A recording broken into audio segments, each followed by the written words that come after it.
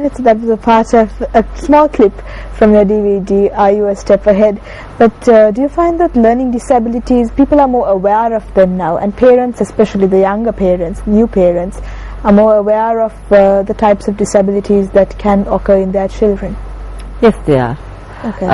These days, actually, parents are very involved in this kind of, because they know there are so many issues, and they read a lot, so they are much more aware of the situation. So it helps to, you know, help the child to develop and overcome these problems soon as we can. Of course, but now let's move on to the third scenario that we want to address, which is how to deal with a child who is maybe a bit slower than the rest of his classmates.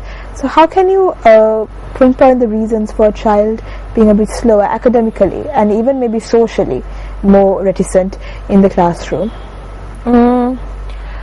A slow learner. Okay, number one is, when you have a slow learner in the classroom, it becomes a huge problem to the teacher, because what happens is the teacher has a process and a progress chart for all rest of the students. Yes. So when you have a slow learner, the first thing a teacher or a caregiver should do is pinpoint where they are slowing down, without rather throwing a blanket or a label saying a slow learner. You need to pinpoint, you need to check with the child what is going on, why are you slower than the rest of them, right? So for example, say if the child has problems copying notes, Okay. right, you can give them a printout, right? So you're helping the child. But when I talk about helping the child, you should always give the right amount of support. You should not give excess amount of support, because if you try to give excessive amount of support to this child, you are hindering their independence. So there are a few things you can do in classrooms, like you can group them with more stronger peers. Okay, stronger peers. Yeah, so that they can help him in some way, and the other thing that he'll know, okay, I have a pace to catch, I have a benchmark, I can't really fall slow. Yes. And the other thing with slow learners is each time they put in the effort, and we see like if you see a progress in them, right, you need to really celebrate that fact and tell them, like, you're really doing a good job, right? Not saying you're just fabulous or you're good, but you really need to tell them that you go into detail and say, look, I really like the way you have developed. And one more thing, if I add, is you should never compare two children, because what happens, even in a home environment or outside, when a child is a little bit different or a little bit slow, they get compared, like, you know, your brother is smart but you can't do something, because you have to be very conscious about what you're saying to your child. And when a child has a inability, the last thing you should do is, you know, destroy their thinking ability as well. Of course. Right? And the self-confidence that they have. Self-confidence. So you need to be very concerned about condemning inability. Of course. And that's very important, I guess, for any parent, because sometimes parents unintentionally maybe tend to do these things and they don't understand the psychological impact that it can have on a child's behavior. But right now we have to go for a short break. However, before we go, I do have to remind you that Arundhati will be on the show in the coming weeks as well, and she will be answering any questions and queries that you have about any aspect of your child's behavior. So if you do want to send in anything, please do email us on mtvsports@maharaja.lk or contact us through our Facebook page and send us a message. We will be sure to reply, and Arundhati will be sure to address any issues that you have. So right now we're going for a very short break, but do stay with us here on Good Morning Sri Lanka. It's a doctor's job.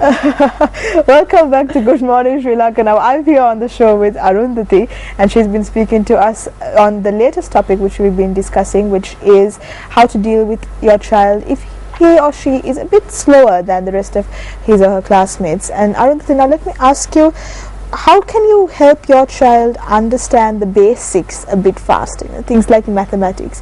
Because when I was a child, I didn't like maths at all.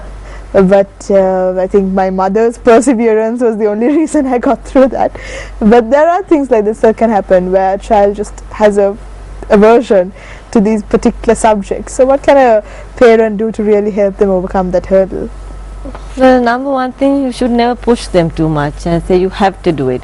Okay. But then as I said, well, sometimes you have to do it. As you said, math was like a subject which I just managed to pass. But my talents lay in a different area. So parents should understand, just because a child is low in one area doesn't mean he doesn't have any talents in other areas. So the best way to do is try to tell them, we need to focus on this subject, we need to get through this, and give your best support. But as long as you really don't push them to that extent, they are going to hate the subject. Yeah.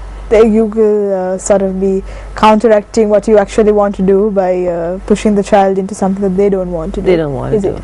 Yeah. Alright, but if that child does have a learning disability, let's say, can they still sort of mix with peers in what we would say a normal school, and carry out the activities in a normal classroom? Or is it important that a parent take them out and then put them into a special education classroom? It depends on the disorder. Like if a child is suffering from ADHD, yes, they can actually go to normal school, because it really doesn't affect them too much cognitively. But there are learning disabilities where the child might have to go into a special school for a while, and once it's rectified or treated, you can go back to a normal school.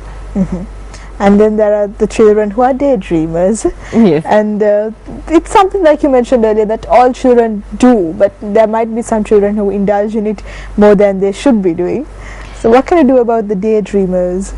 You can't. That's what children do, because sometimes that's the way they relax. Okay. Right? And actually, according to early childhood education, this is how they build up their imagination power. So they need to daydream. They have their mysterious, unseen friends. So I was just going to mention imaginary friends. Yes, they do. Now, children do have that. Is that a problem, or you should just allow that to continue? So should you play along with the child as well when they have things like imaginary? Within limits. Okay. Within limits. Okay. Because they have these imaginary friends sometimes when they are bored at home, or they have no one to talk to. But they all have at one point. If it continues for about a year or so, that's fine. But if this continuous friend is going to last when they are like 8 years old, then that is a bit too much. I see. So there is a limit how you let the child. But how can you break that bubble and slowly let your child know it's time to move on from this imaginary friend phase? You need to always be very honest with your child. So Okay. everything what they do is the first thing the parents should be doing, explaining themselves to them. But that's not the way. You tell the child, okay, this is not right. This is not the way it's done. We live in a society, you need to respect people. This is how we do things, and be very honest about things. What happens is, most of the time, the parents are so scared of telling the children the truth. Which should not be the case. It should be the case. Every situation has to be analyzed by the parent and told the real truth to the child. Like, you have imaginary friends, you're 8 years old, it's not acceptable by the society. So children understand. And then they will move on. So it's up to the parent to take the first step, isn't it? Always. Right. And then there are teachers in school who have to deal with so many children in the classroom. Now you train teachers as well, so you know all about the techniques that teachers can use. But what if a child that in your class is a slow learner? How can you sort of help them along as well? What is the teacher's role in this when they do have so many other children in the class as well? As we discussed before, that's why I said you need to pinpoint the issue with the child. And when it comes to using methodology about slow learners, there is no set ways, because as I said, one can have one issue, another one can have another issue. Children like this can also undergo problems like bullying in class, where you have more forward children and children with more self-confidence, I guess you could say, that tend to bully children who are slower learners. So again, Yeah, there will be a lot of name calling. That is natural. It's how the teacher handles the name caller, okay, not the child who has the slow disabilities. But you need to explain it to them as well, saying that this is not the issue, you just need to keep working at it. It's just that sometimes you need more effort than the rest of them. yeah, that's true. What are the special aids that a parent can use to really help their child along, especially if they're slow learners? What types of resources are available for them nowadays? There are no set resources, but see, if the child has, it's like different paths, as I said. If your child has issues in handwriting, then there will be whole loads of materials or writing skills or so many things, or books, however to guide you through the whole journey of helping your child. So it depends on the problem the child is slowing down. Sometimes it might be the fact that child just doesn't want to go to school. So that's why they are not performing academically. So this all boils down to how well you know your child and pinpoint the issue. And let's if we speak about something like dyslexia, which is something that's very common.